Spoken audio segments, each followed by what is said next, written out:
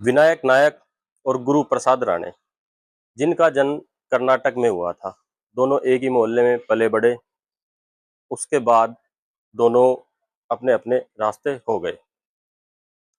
विनायक नायक ने महाराष्ट्र में बिजली के उपकरण का कारोबार किया और गुरु प्रसाद राणे ने गोवा में शराब का कारोबार किया। इस सिलसिले में अक्सर दोनों दोस्त मिलते रहते थे पार्टीज में, और एक दूसरे के घर उनका आना जाना भी था। विनायक नायक की पत्नी वैशाली कब गुरु प्रसाद राणे के करीब आ गई, उसे खुद पता नहीं चला। धीरे धीरे दोनों में मुलाकातें होती हैं, बातें होती हैं, और कब वो बिस्तर तक पहुंच जाती हैं, उनको खुद इस बात का पता नहीं चलता। और अब तो ये लगभग उनका रोज का काम हो गया था। उसके साथ गुरु प्रसाद राणे की पत्नी और विनायक नायक, इन दोनों के बीच भी अफेयर शुरू हो गया था। इन दोनों के बीच भी लगभग हर रोज ही अवैध संबंध बनते थे। दोनों ही परिवार इन अवैध संबंधों को आगे बढ़ाते हुए जा रहे थे और एक दूसरे को भरपूर टाइम दे रहे थे। नमस्कार दोस्तों, मैं संदीप आपको अपने YouTube चैनल कलयुग की क्राइम स्टोरीज में आपका स्वागत करता हूं। आज हम जिस क्राइम की बात कर रहे हैं वह घटना अभी 22 सितंबर 2024 की है, जो कि महाराष्ट्र के कारावर गांव में हुई थी। जब इन दोनों परिवारों को एक दूसरे के अवैध संबंध का पता चलता है तो इनके घर में झगड़े शुरू हो जाते हैं। धीरे धीरे वो झगड़ा बाहर निकलकर एक दूसरे घर से शुरू हो जाता है। 6 महीने पहले भी इनका एक जबरदस्त झगड़ा हुआ था, जिसमें विनायक नायक ने गुरु प्रसाद राणे को धमकी दी थी। उसके बाद गुरु प्रसाद राणे ने मन में ठान लिया कि मैं अब इसका काम तमाम कर दूंगा, और इसी काम को अंजाम देने के लिए उसने एक स्विफ्ट डिजायर कार खरीदी और कॉन्ट्रैक्ट किलर से संपर्क किया। खैर, 6 महीने बीत जाते हैं, लेकिन इस बीच गुरु प्रसाद राणे ने कॉन्ट्रैक्ट किलर्स को ये बोल दिया था कि अभी तुम कुछ मत करना, मैं जब तक कोई इशारा ना करूं। 6 महीने बीत जाते हैं। 3 सितंबर 2024 को विनायक नायक और उसकी पत्नी वैशाली विनायक नायक के गांव कर्नाटक के कारावर गांव पहुंचते हैं, क्योंकि उस दौरान विनायक नायक की मां की बरसी थी और साथ ही गांव में एक मेले का भी आयोजन होता था।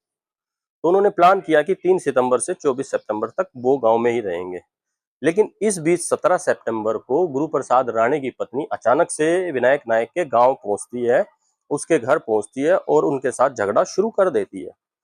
जब इस बात का विनायक नायक को पता चलता है तो विनायक नायक गुरु प्रसाद राणे को फोन करके सारी बात बताता है और उसको धमकाता है कि मेरे परिवार से दूर रहो, नहीं तो अंजाम ठीक नहीं होगा। जब ऐसा गुरु प्रसाद राणे सुनता है तो उसका खून खोल उठता है और वो अपने कॉन्ट्रैक्ट किलर्स को काम को अंजाम देने का इशारा कर देता है। 22 सितंबर 2024 पुलिस को सूचना मिलती है कि कारावर गांव में एक घर में हमला हुआ है। पुलिस पहुंचती है तो देखती है कि चाकू और तलवार से बहुत ही विभत्स तरीके से हमला किया गया है। उसमें विनायक नायक की पत्नी वैशाली की तो मौके पर ही मौत हो जाती है और विनायक नायक को अस्पताल में भर्ती करा दिया जाता है, जहां उसकी हालत गंभीर बनी हुई है। खैर, धीरे धीरे जांच आगे चलती है, और लेकिन दोनों ही परिवार अवैध संबंध की बात को पुलिस से छिपा लेते हैं, जिससे ये गुत्थी और भी उलझ जाती है। पुलिस अपने तरीके से तफ्तीश शुरू करती है और उसको पता चलता है कि हमले में जो हमलावर आए थे वो एक स्विफ्ट डिजायर कार से आए थे।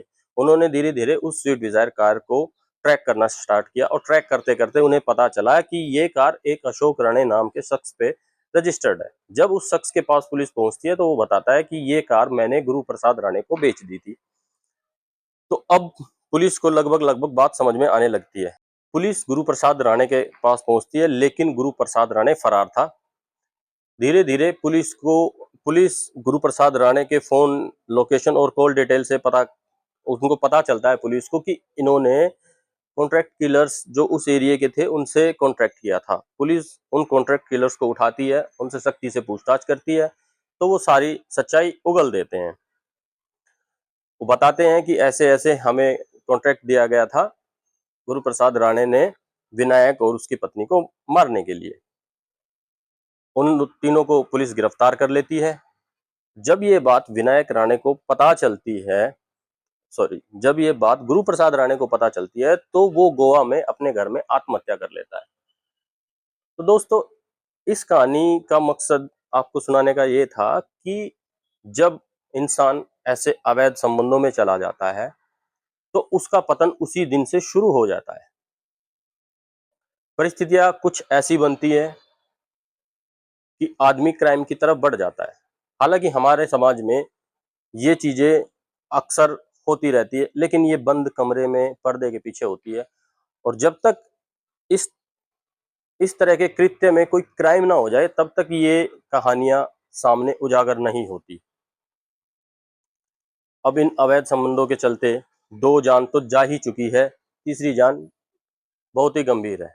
तो मेरी स्टोरी कैसी लगी दोस्तों, कमेंट में जरूर बताएं। जिन्होंने मेरा चैनल सब्सक्राइब नहीं किया है वो सब्सक्राइब करें, ज़्यादा से ज़्यादा लाइक करें, शेयर करें और अपने मूल्यवान सुझाव मुझे भेजते रहें।